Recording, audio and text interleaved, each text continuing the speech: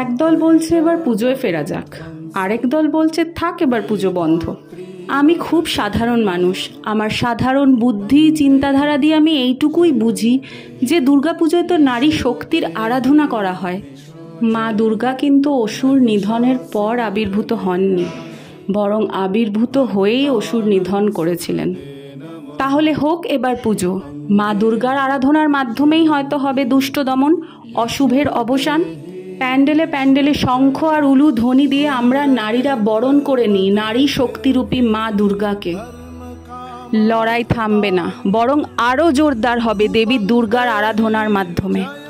দশভুজা যেন নিজের 10 হাত দিয়ে দমন করেন সেই পিশাচরূপী মানুষগুলোকে। আরও জোরে গর্জে উঠুক সমাজ, আরও জোরে গর্জে উঠুক নারী শক্তি। আমরা আর একা নই, মা আসছেন।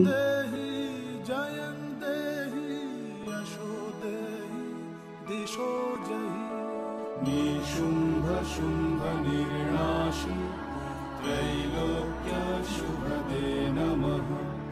रूपं देहि जयं देहि यशो देहि दिशो जहि। वन्दितां युगे देवी सर्वसौभाग्यदायिनी।